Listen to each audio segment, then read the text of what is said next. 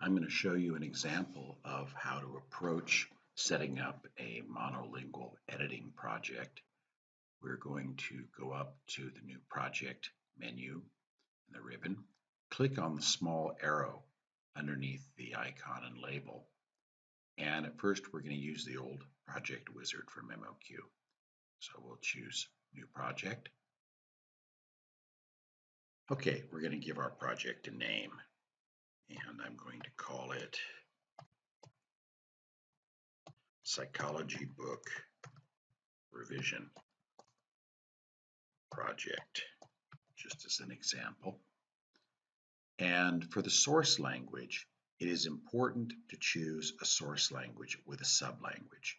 Now, if this is a text with somewhat dodgy language, in this case, the source text was written in English by non-native English speakers, it might be a good idea to choose a version of English with an unusual sublanguage. So let's have a look and see what memoQ offers us there. I'm going to go down. Oh yeah, we've got a number of different ones. English from Australia, that's about as weird as it gets. English from Belize, Canada, Caribbean, Ireland, Jamaica, Philippines, South Africa, Trinidad and Tobago, and Zimbabwe. Okay, it is unlikely that I'm going to be using English from the Philippines for anything. So I'm going to go ahead and choose that as the source language, just for the sake of project work. Okay, and the target language in this particular project will be English from the United Kingdom. Okay, I'm not going to bother entering any of the project metadata, but it would probably be a good idea to enter project name, the name of the client, subject matter and domain if you want to. But anyway, let's go on to the next dialog here. All right, we're going to select and import our document, which will need to be revised. Click import. Okay, and I've got it here. This is the original draft. All right.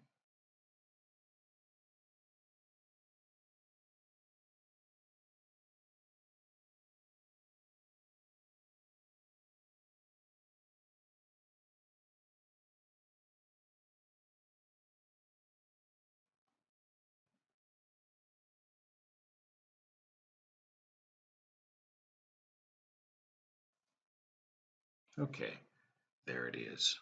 Okay, that will do for now. And we're going to create a new translation memory.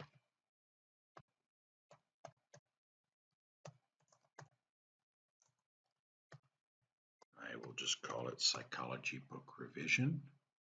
And the source language is English from the Philippines. The target language is English United Kingdom. All right, I'm going to go with all of the defaults here. We'll click Next. All right, and now I'm going to create a special term base. And this term base will automatically have the project languages, English Philippines and English for United Kingdom, selected as you see here.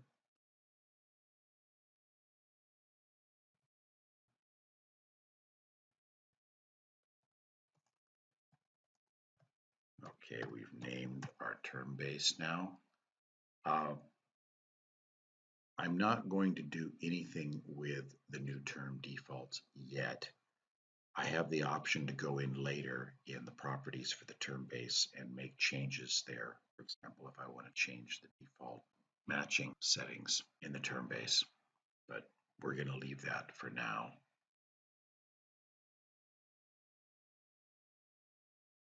Okay, and I'll simply click Finish. And there is the document. Okay, the document itself has about 420,000 characters. That's a pretty hefty chunk of text. And we'll have a quick look at the project overview.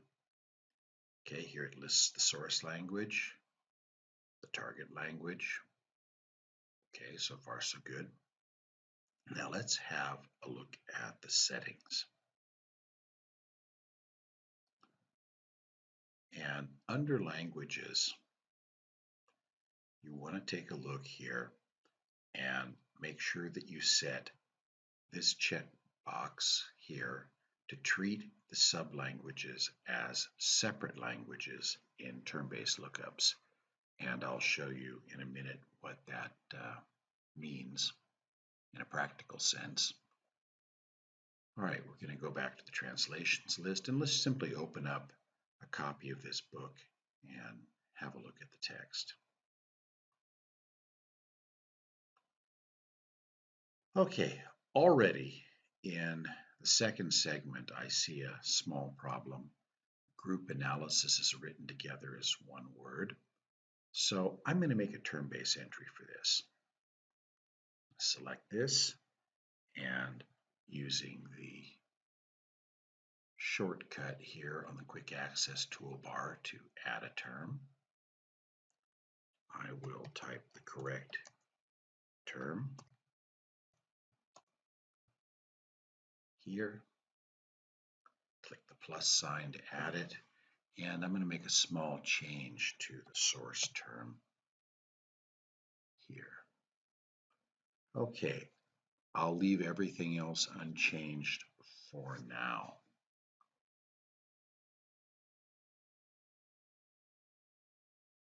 You can see a small problem here with the term matching. You've got the incorrect version, which was entered on the source side, also showing up here as a target possibility. So let's have a look again at the settings and make sure that they are in fact correct.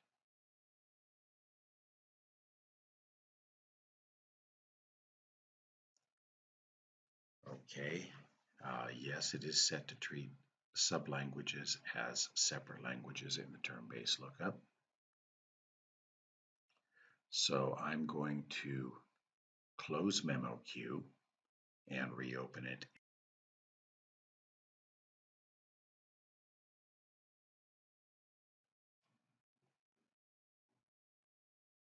Okay, we'll go to the Open Recent menu.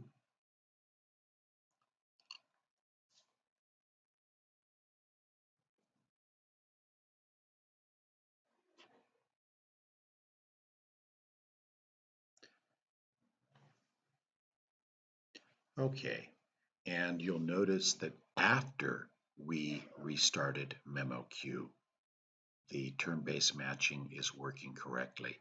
So that setting that you have here on Project Home under Settings in the Languages section to treat sublanguages as separate languages in term-based lookups, this will only be enabled after you restart memoQ.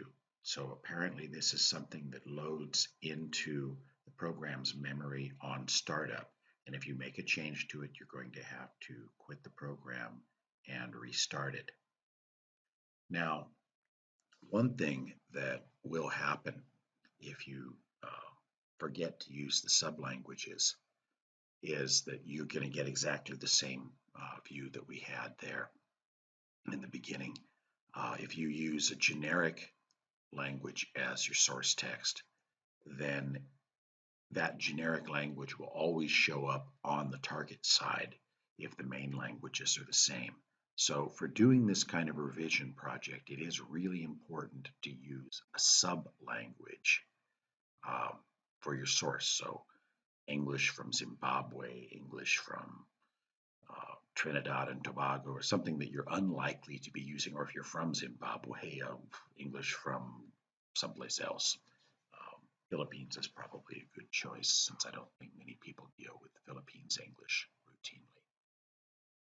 Okay, so that is the basic setup of the project, how to set the project languages. And in later video segments, I'm going to show you how to go about adjusting some of the other settings or enabling other resources to help you do more effective editing of texts like this.